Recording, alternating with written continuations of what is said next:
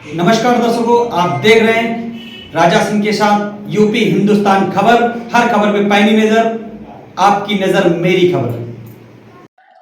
वीर भूमि राजस्थान का सभी भाइयों बहनों ने मारो राम राम साहब।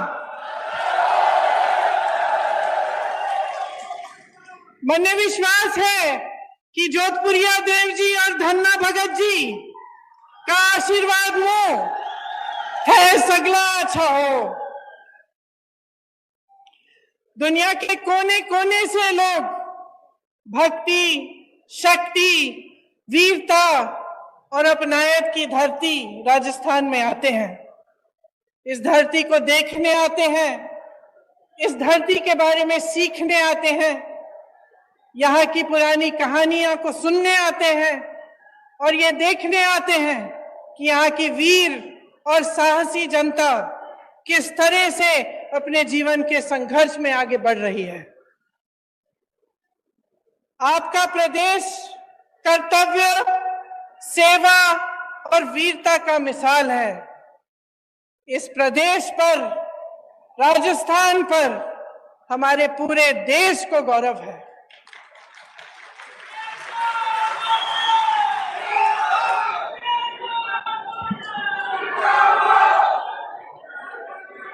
आप बहुत तालियां बजा रहे थे, एक बार मेरे साथ कहिए, जोधपुरिया देव जी की जय, धन्ना भगत जी की जय, अन्नपूर्णा गणेश जी की जय, डिग्गी कल्याण जी की जय। डिग्गी कल्याण जी की कथा तो आप सब बहुत अच्छी तरह से जानते हैं। ये आपकी परंपरा का हिस्सा है। आपको याद होगा कि उन्हें प्रसन्न करने के लिए राजा को बहुत तपस्या करनी पड़ी, तभी जाकर वो प्रसन्न हुए।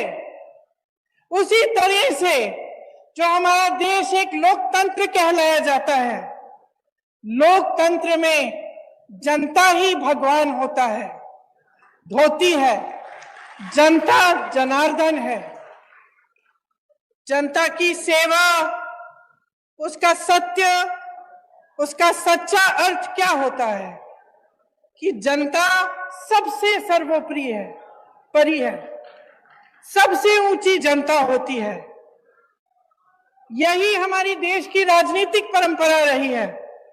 आप अगर गांधी जी को देखें, जिसने देश की राजनीतिक नींव डाली, स्वतंत्रता संग्राम लड़ा हमारे लिए, इस देश को आजाद किया, उनको देखिए, उनमें कितनी सादगी थी, किस तरह से उन्होंने अपना पूरा जीवन देश की जनता को दिया।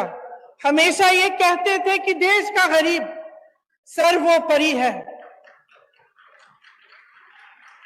कहते थे कि जब तक इस देश के एक भी वासी के आंखों में आंसू है, जब तक वो आंसू हम नहीं पोंछ पाएंगे, तब तक हमारा काम पूरा नहीं हुआ।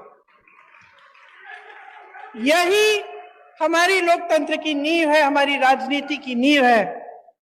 आज राजस्थान सरकार भी अपने जन कल्याणकारी कार्यक्रम से, योजनाओं से इसी तरह आगे बढ़ रही है, ये समझकर कि गरीब को गणेश जी समझकर और किसान को भगवान समझकर। यही भावना मन में लेकर सरकार के जितने भी अधिकारी हैं और हमारे मुख्यमंत्री जी हैं, कांग्रेस पार्टी के नेतागण हैं, सब इसी भावना को मन में लेकर दिन रात काम कर रहे हैं। आज मैं सवाई माधोपुर से आई, वहां आप सबको मालूम होगा, खासतौर से मेरी बहनों को, कि वहां रणथंभौर के किले में एक प्रसिद्ध गणेश जी का मंदिर है। गई हुई है ना? हाँ, मैंने देखा है। जब भी मैं आती हूँ तो खूब सारी खासतौर से महिलाएं जाती हैं और मुझे हमेशा ताज्जुब होता है जब मैं उस रास्ते से गुजरती हूँ। मैं भी गई हूँ उस मंदिर में कई बार। तो जब वापस आती हूँ, कभी कभी शाम हो जाती है, जंगल है वहां, आप गई हैं, आपने देखा होगा। उसी रास्ते से शेर आते हैं, उसी रास्ते से बाघ चल के आते हैं, उसी रास्ते से कई ऐसे जानवर आते हैं जिनसे अगर आमना सामना हो जाए तो आपको दिक्कत हो सकती है, चोट पहुंच सकती है। लेकिन मैं हमेशा देखती हूं कि मंदिर से आते हुए जो लोग हैं वो अपने दिल में श्रद्धा लेकर एक आस्था रखते हैं कि हम मंदिर से आ रहे हैं, हमें कुछ नहीं होगा, और उसी जंगल के रास्ते से चलते चलते वो अपने घर की ओर चलते हैं। मेरे मन में अक्सर ये बात आती है जब मैं मंदिरों में जाती हूं, लोगों की श्रद्धा को देखती हूं, कि इस तरह की श्रद्धा हम नेताओं के दिल में आपके लिए होनी चाहिए। जब हम कहते हैं कि जनता जनार्दन है तो ये बहुत गहरी बात है, और इस बात को समझना जनता के लिए भी और नेताओं के लिए भी बहुत जरूरी है। हमें समझना जरूरी इसलिए है क्योंकि जब हम दिन रात काम करते हैं, जब सत्ता में आ जाते हैं, तो अक्सर ये होता है कि अपनी महत्वाकांक्षाएं आगे हो जाती हैं। ये हो जाता है कि बहुत सत्ता मिल जाती है इंसान को, तो भूल जाता है कि सत्ता में लाया कौन। और आपको याद ये बात रखनी चाहिए, क्योंकि आपको ये बात कभी नहीं भूलनी चाहिए कि सत्ता देने वाले आप हैं। आज इन कार्यक्रमों में मैं एक नौजवान लड़की से मिली, शायद मेरी बातों को सुन रही होगी। उसे मोबाइल फोन मिला, अशोक गहलोत जी की जो स्कीम है, जो हमारी सरकार, कांग्रेस सरकार की स्कीम है, उसके जरिए, और उन्होंने धन्यवाद दिया कि आपने हमें मोबाइल दिया है। और हम भी अक्सर कहते हैं कि हमने ये दी, आपको स्कीम ये दी, आपको ये किया, वो किया आपके लिए। लेकिन आपको समझना जरूरी है कि हम आपको कुछ नहीं दे रहे हैं, आपका हक दे रहे हैं। ये सब चीजें जो आज राजस्थान की सरकार आपको दे रही है, ये आपके हक हैं।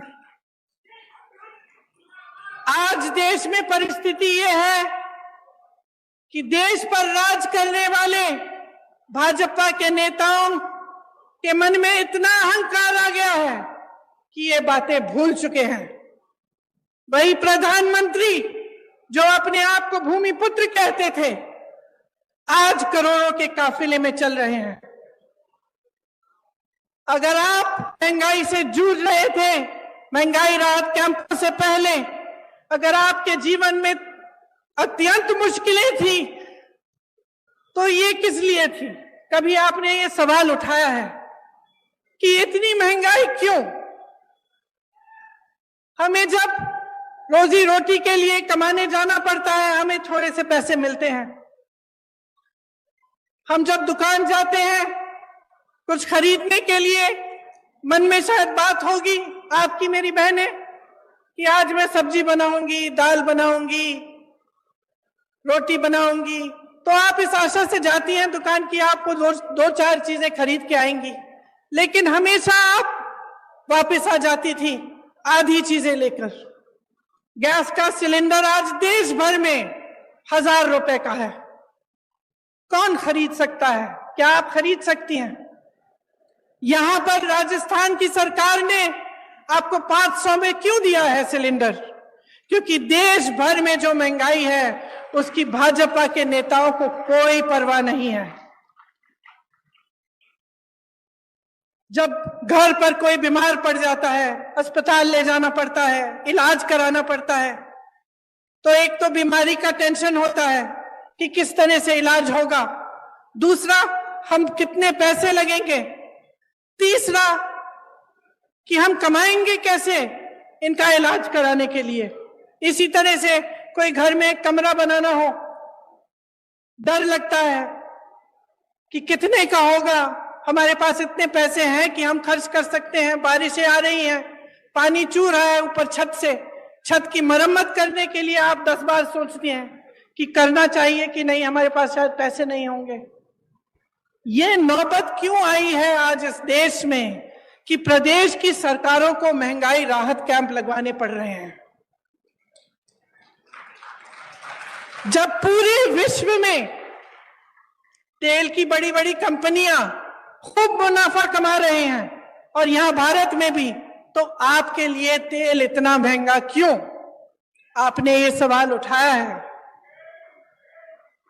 आपको ये सवाल उठाने पड़ेंगे कि ये सब जो आपको दिख रहा है, इसमें असलियत क्या है। आपने देखा होगा हिमाचल प्रदेश में खूब बारिश आई, बारिश की वजह से टीवी पे आपने देखा होगा इतने सारे लोगों के घर गिर गए, खूब भारी नुकसान हुआ, जनता ने झेला ये नुकसान। हमारी सरकार ने प्रयास किया कि उनकी मदद हो, लेकिन प्रधानमंत्री जी के मित्र बड़े उद्योगपति अडानी जी ने क्या किया? जो सेब को उगाते हैं, जो सेब की पेटियां हैं, उनको बेचने के लिए जब किसान गए तो उन्होंने दाम घटा दिए, खरीदने का दाम घटा दिया। जिनको अपने घर बनाने पड़े क्योंकि इतनी बर्बादी हुई, घर पे घर गिर गए, जिनको अपना घर बनाना था, सीमेंट खरीदने गए, अडानी जी ने सीमेंट का दाम ऊपर कर दिया है, बढ़ा दिया है। और इनके पीछे कौन है? इनके पीछे हमारे प्रधानमंत्री हैं, जिन्होंने इस देश की पूरी संपत्ति अपने उद्योगपति मित्रों को दे दी। अब इस देश की संपत्ति किसकी संपत्ति थी? आप ही की संपत्ति थी। ये मेरी बैठी बहनें जो बैठी हुई हैं, इनकी संपत्ति थी।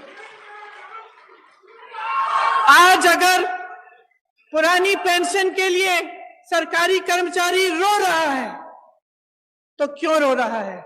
क्या उसका हक नहीं था कि 20-25 साल नौकरी करने के बाद उसे पेंशन मिलता, उसे सुरक्षा मिलती अपनी जीवन की, अपने परिवार के लिए? क्यों छीना गया ये? और जब इसको देने का समय आता है तो ये केंद्र की सरकार क्यों कहती है कि हमारे पास पैसे नहीं है? क्योंकि इनके जो बड़े बड़े उद्योगपति मित्र हैं, उनके हजारों करोड़ों के जो लोन हैं, वो ये माफ कर रहे हैं, उनसे कुछ नहीं लेते। और यहाँ आपका पेंशन छीना जा रहा है, आपके रोजगार छीने जा रहे हैं। यहाँ के कितने वीर नौजवान हमारी सरहद पे खड़े होकर हमारे देश की सुरक्षा को देखते हैं, अपनी जान देने के लिए तैयार होते हैं। और केंद्र की सरकार ने क्या किया? अग्निवीर स्कीम ले आए। अग्निवीर स्कीम ले आए कि 4 साल बाद आप घर जाइए, नौजवान ट्रेनिंग करेगा, काम करेगा।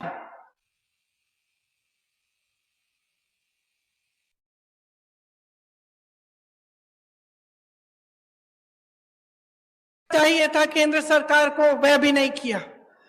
हर चीज के लिए उन्होंने अपने उद्योगपति मित्रों को आगे रखा और जो जनता है उसको पीछे रखा। आज ये स्थिति है कि 45 सालों में सबसे अधिकतम बेरोजगारी आज है हमारे देश में।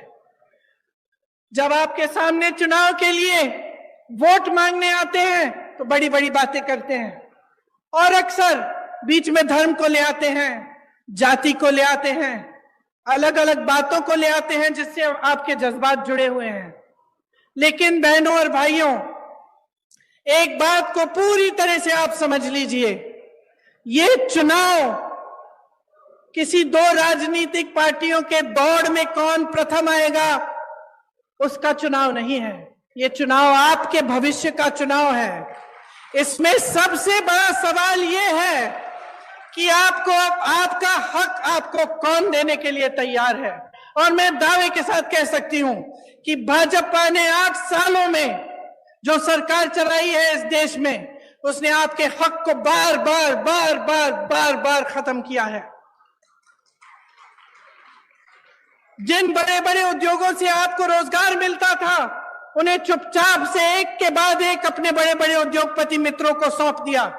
आपके पेंशन कटवा दिए, आपकी सेना में भर्ती होने के चांस खत्म कर दिए, अग्निवीर ले आए, महंगाई बढ़ा दी और खुद इतने बड़े काफिलों में चल रहे हैं। रोज रोज आप टीवी चलाते हैं, आपको दिखता है रोज रोज, खास तौर से आजकल। आज सुबह तो मैंने देखा कि इनके G20 जब हो रहा था तो बारिश आई और सारा जितना भी वो जहां पे वो G20 की मीटिंग रख रहे हैं उसमें सारा पानी फैल गया है। मेरे मन में एक बात आई कि शायद